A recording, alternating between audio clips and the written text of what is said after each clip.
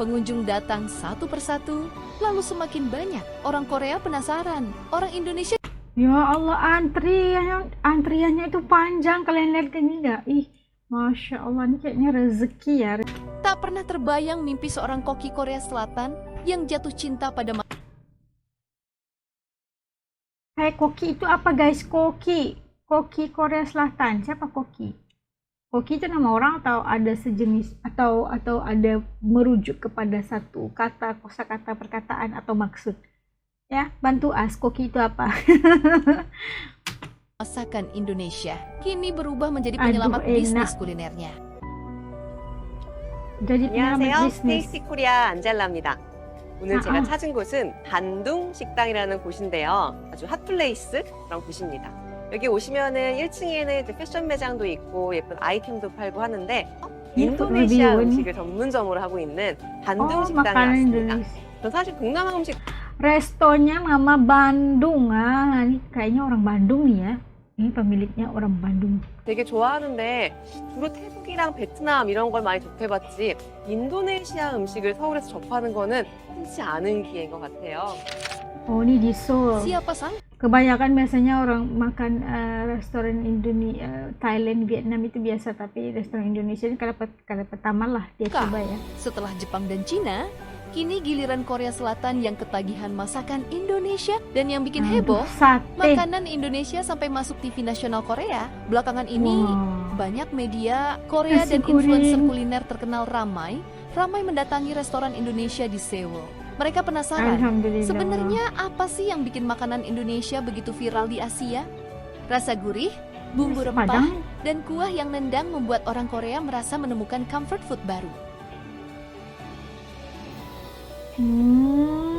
Dan namanya juga Korea, makan tanpa minuman pendamping, rasanya kurang lengkap. Menariknya, untuk pertama kalinya mereka meninggalkan soju dan mencoba bir khas Indonesia. Influencer Korea bahkan bilang, bir Indonesia bintang. cocok banget sama mie goreng. Ini kombinasi yang nggak kami duga. Fenomena Oh, ini ini membuat punya semakin Indonesia banyak nih. warga Korea penasaran. Apakah makanan Indonesia memang seenak itu? Atau karena viral saja? Jawabannya jelas. Begitu mereka coba, mereka langsung paham kenapa jutaan orang jatuh cinta dengan masakan Indonesia. Tak pernah terbayang mimpi seorang koki Korea Selatan yang jatuh cinta pada masakan Indonesia. Kini berubah menjadi penyelamat bisnis kulinernya. Di tengah ramainya distrik Yeonam-dong, daerah yang dikenal dengan seni jalanan, kafe-kafe unik dan restoran bergaya modern,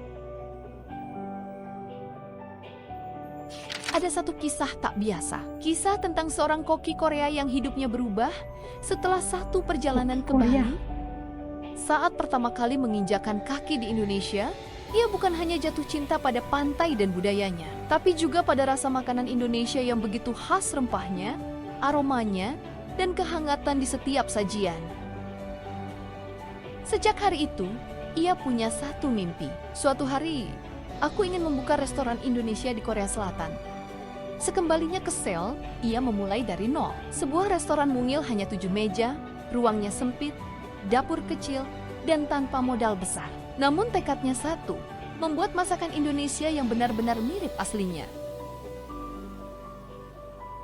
Menunya sederhana, mie goreng, nasi goreng, bakso, dan beberapa hidangan Nusantara lainnya. Semuanya dibuat dengan penuh cinta. Dia pun melayani sendiri tamu-tamunya.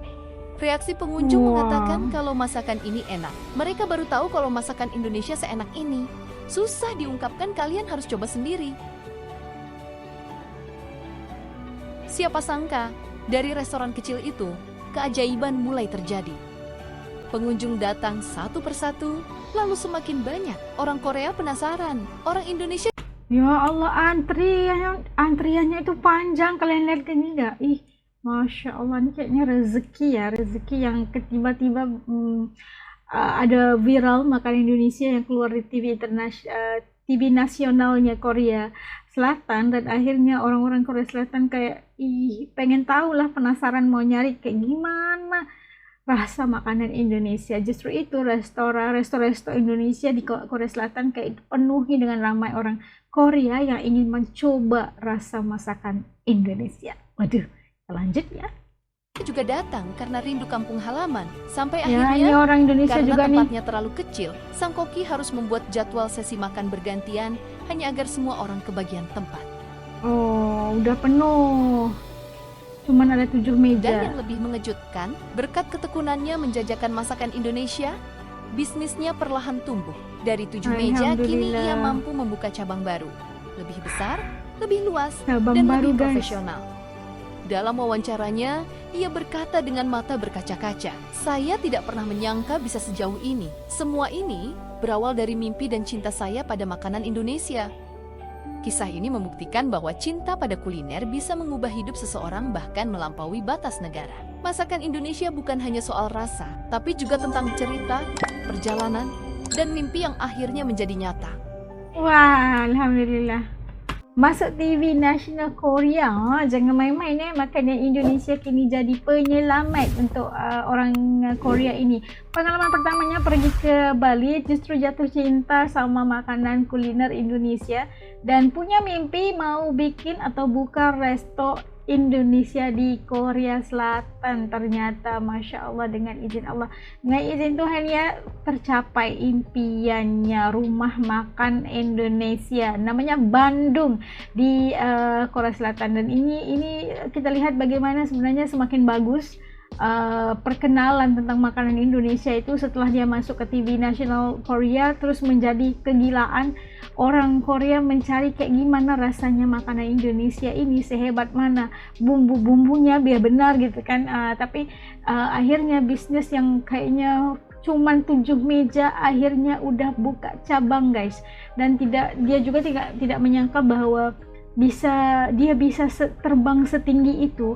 Dan akhirnya ya udah nampak antriannya juga udah mulai panjang gitu, karena orang Korea juga udah penasaran banget mau merasakan bagaimana masakan khasnya Indonesia. Bermula hanya dari nasi goreng, mie goreng, sekarang mungkin udah menunya udah bertambah lah ya kan.